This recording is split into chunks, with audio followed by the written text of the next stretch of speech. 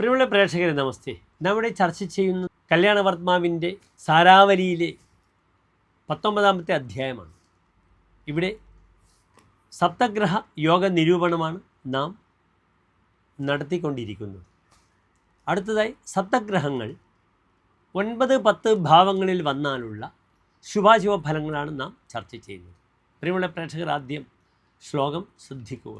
ഗുരുഭവനെ ഗുരുഹീനോ ഗുരുതൽപഗതോ വിനഷ്ടഗുരുഹു കർമ്മണി കർമ്മവിഹീനോ ലോകസർവേഹി പ്രദൂഷകോ ഭവതി. ഇവിടെ 7 ഗ്രഹങ്ങൾ 9ാം ഭാവത്തിൽ നിന്നാലും 10ാം ഭാവത്തിൽ നിന്നാലുമുള്ള ഫലമാണ് ആചാര്യൻ വിശദീകരിക്കുന്നത്. 9ാം ഭാവം എന്താണെന്ന് എൻ്റെ പ്രിയമുള്ള പ്രേക്ഷകർ അറിയണം. ഭാഗ്യധർമ്മ ദയാപുണ്യ തപസ്ഥാത സുതാത്മജാഹ ദാനോപാസന സൗശീല്യ ഗുരവോ നവമാതമി. ഗുരുക്കന്മാർ, പിതാവ്, തൻ്റെ ഭാഗ്യം, തൻ്റെ ധർമ്മം, തൻ്റെ ദയ, തൻ്റെ പുണ്യം, തൻ്റെ തപസ്, ഉപാസന, ഇതൊക്കെയാണ് 9ാം ഭാവം കൊണ്ട് ചിന്തിക്കേണ്ടത്. ഇവിടെ 7 ഗ്രഹങ്ങൾ വന്നാൽ എന്ത് ഫലമാണ് പറഞ്ഞിരിക്കുന്നത്? ഗുരുഹീനഹ ഭവതി. ഇദ്ദേഹത്തിന് ഗുരു ഉണ്ടാകില്ല, ഗുരുക്കന്മാർ ഇവരെ പരിത്യജിക്കുമെന്ന് പറയുന്നു. പിന്നീട് ഗുരു തൽപഗത ഭവതി.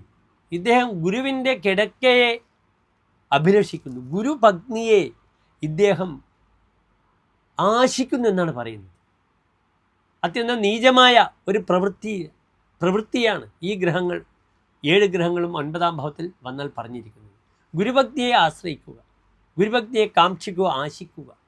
പിന്നീട് ഇദ്ദേഹം വിനഷ്ട ഗുരുഭവം, ഗുരു ഇദ്ദേഹത്തിനെ പരിത്യജിക്കും.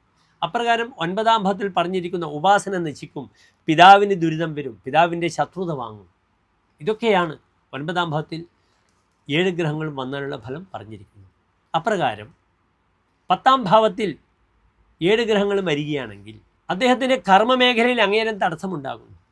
10ാം ഭാവം എന്നാൽ ദേവാലയ, നഗരസഭ, മാർഗാലയ, ദാസ സർവകർമാണി ആജ്ഞ ആലംബനമേത സർവം ചിന്യം ഹി ദശമത.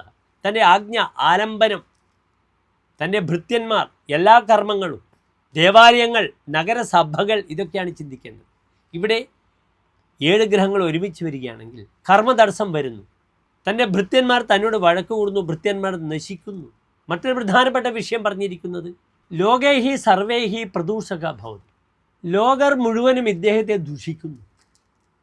കാരണം ഇദ്ദേഹത്തിൻ്റെ പ്രവർത്തനം നല്ല പ്രവർത്തനമല്ല.